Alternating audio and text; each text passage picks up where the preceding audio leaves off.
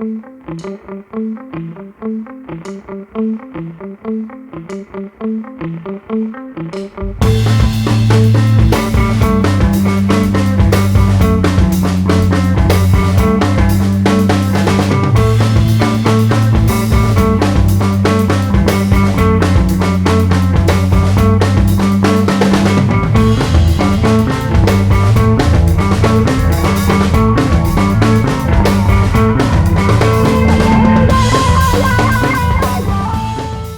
morning, everyone. My name is Jibin Jose, and I'm the CEO and co-founder at RideBlock. I grew up in South India as a skateboarder, watching X Games and Tony Hawk. And me and my co-founder used to skateboard back in India in our backyard. And one day, we had this steaming argument on who was doing better. So even though I knew it was me, we had a tough time deciding that. So being engineers, we decided to stick a couple of sensors to the back of the skateboard and started measuring various aspects of it. Soon we realized that not only in skateboarding, but in any action sports, understanding one's trick performance is crucial for improving. And there are certain aspects such as the angle, height, rotation, distance, etc., that we can measure and quantify to progress ourselves. And this is why we decided to create RideBlock, world's first activity and motion tracker for skateboards and longboards.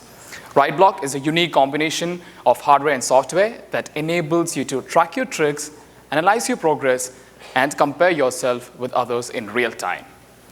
The device fits onto any skateboard or longboard and has a day-long battery life with a three-dimensional spatial recognition technology to capture the entire motion in 3D. It is shock and water resistant as well. In the mobile app, we have a trick analysis dashboard where you can get the details of all the tricks that you're performing. And we even give you a score with which you can compare with others. We help you map your ride, track your fitness, even better, sync your video, and overlay the quantified data on top of that. We intend to sell our hardware for $99, and in the mobile version, we have a free basic version and a premium version as well. In the first year, we plan to hit the 17 million active skateboarders in US and Europe. And the second year, we want to hit the major skateboarding competitions. And the year following that, we want to go beyond skateboarding to BMX, snow, ski, and surf, etc. We have competition both in the software side and the device side as well. RideBlock as the device, app, and is built into the community and is the only solution that offers trick tracking and real-time competition. In fact, we took our working prototype to CES earlier this year, and we did a live skateboarding competition in the booth. And we had over 100 participants come to our booth and do a live demo. We have over 2,500 pre-orders through our website. We met with Tony Hawk this May and took feedback from him, and even landed one of his pro skateboarders as our first public beta testers. We plan to go on Indiegogo this fall and take it to retail early next year. This is my team. I've already mentioned about Abhi, my co-founder. And to complement our team, we have advisors in retail, skateboarding, and marketing. And currently, we have the following investors as well. We have an open seed round right now, and Axel Partners, Qualcomm Ventures, and Make in LA are following in as well. Yeah. That's RideBlock for you. You can get more details on vator.co/RideBlock. Thank you very much.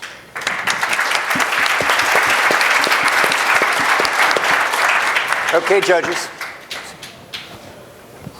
You want me to start? Yeah, because I'm You're an a skater. action sports person.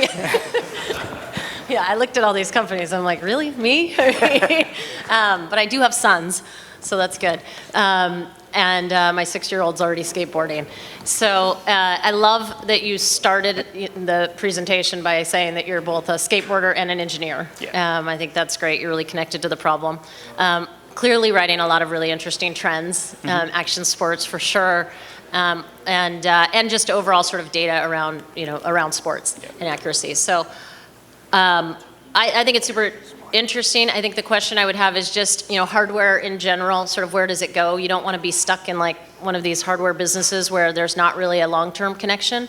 So I think the software services and data side of it is going to be really important, and you didn't elaborate too much on that. So that's Yes, for sure. So I'm starting with skateboard because we are passionate about that, and definitely we want to build an ecosystem around a device. Sports agnostic device as well. So we can take RideBlock to any other action sports with a matter of just tweaking the design and take that. But the real play is in the data or in the application side of it. So is the goal to be like a Strava for Yeah, action sports? that's correct. Yes. So not bicycling. Yeah. So we've been doing testing with our prototype over the last 6 months, trying to improve the algorithm, and we think that is where we have the value, and trying to use machine learning to improve the algorithm every day so that we can plug and play RideBlock to any device or any sports for that matter, and be the player as a platform for action sports, quantify the data. Great. So I really love the name RideBlock, and I like the logo. I like the branding. In terms of the device itself, I noticed when I saw the skateboard earlier, it fits on the bottom of the truck. Yeah. Does that prevent you from doing any tricks like grinding and so forth? Has anyone complained about that? Interferes? Good question. Thank you very much. So when we started off RideBlock, we actually had a design that was going between, as a riser pad that goes between the truck of the skateboard and the board itself. That was when we were back in India. So we came to LA as a part of Make in LA Hardware Accelerator program. So we wanted to be closer to the market. When we came here, we took feedback and we realized that no one uses RideBlock, riser pads anymore. So we, wanted to change the design, and we took a couple of designs to skate parks and see, which would be the position that is least least interfering, so that we don't compromise the experience. So this is the working prototype, and this is the looks like prototype that we have. We just want to keep the RideBlock on one side. So RideBlock goes to the nose of the skateboard so that it is the least interfering position in skateboard that we can put hardware on. Have you guys already figured out your kind of manufacturing process and your margin load on the? Yes. So we already have a contract with Taiwan and the Chinese manufacturers as well, and we are taking help from Arrow Electronics for sourcing the components and doing DFM through D2M, our partners in China as well. I see huge red flags in your presentation, right?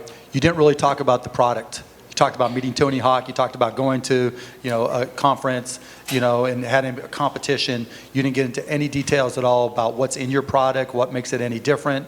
You didn't show us an example of the app and what people would see, which tells me you don't know. And then when I look at your timeline, it says you're going to go to Indiegogo now to get something out in April of 17, after you've already been working on this, you just said for 6 months. So why don't you already have a product? What's in the product, and what's kept it from being released? Thank you very much. You're welcome. So basically we wanted to I had all the info in the index, but I just wanted to to put together the whole idea to 3 minutes. So that's why we did not have that whole thing in the presentation. So basically we take into consideration the airtime, height, rotation angle, and distance that we measure through the device, and stream live the data. And so you're just using off-the-shelf sensors, right? There's nothing. We put So together. basically you've taken off-the-shelf sensors, put them in a little device. You're using your own algorithms to work That's correct. backwards, and you're going to make a presentation. But what's going to keep anybody else from doing the exact same thing? So it's basically like I mentioned, we've been doing improving the algorithm for the last 6 months, and it took us 6 months to take that accuracy level that we have right now, which is about 91%.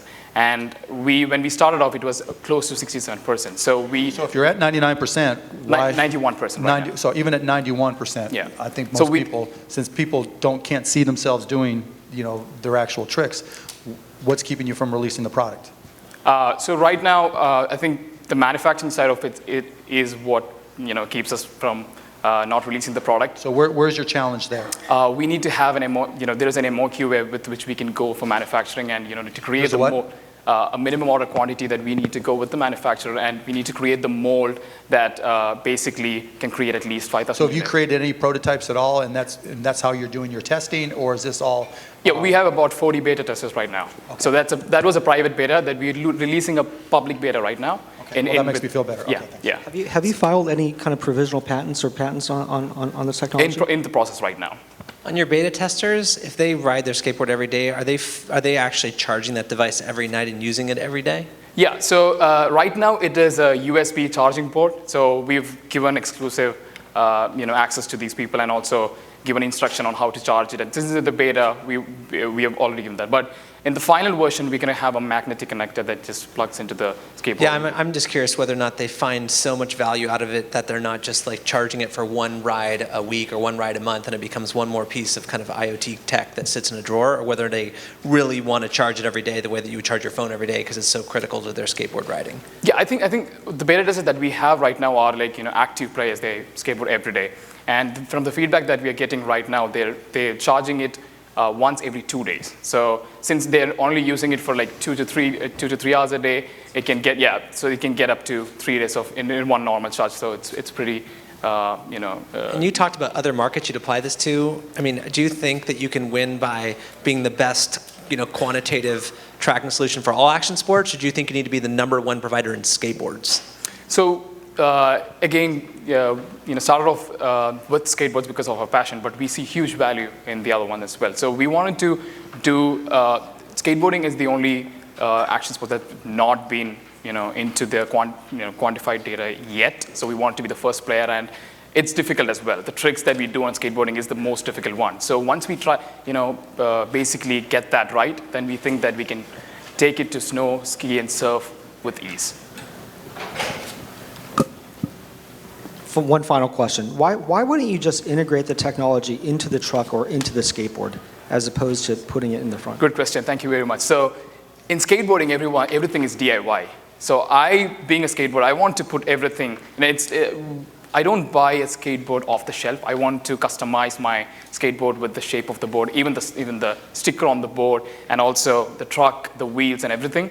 So once we become that brand that people want to have, until that time, we want to keep it separately. But after that, if a major board manufacturer says, "Hey, we want to put your board into the the device into the board," then we can do that. So right now, I think people want their own style, and it's all about DIY, doing it yourself, and customizing a skateboard in different level.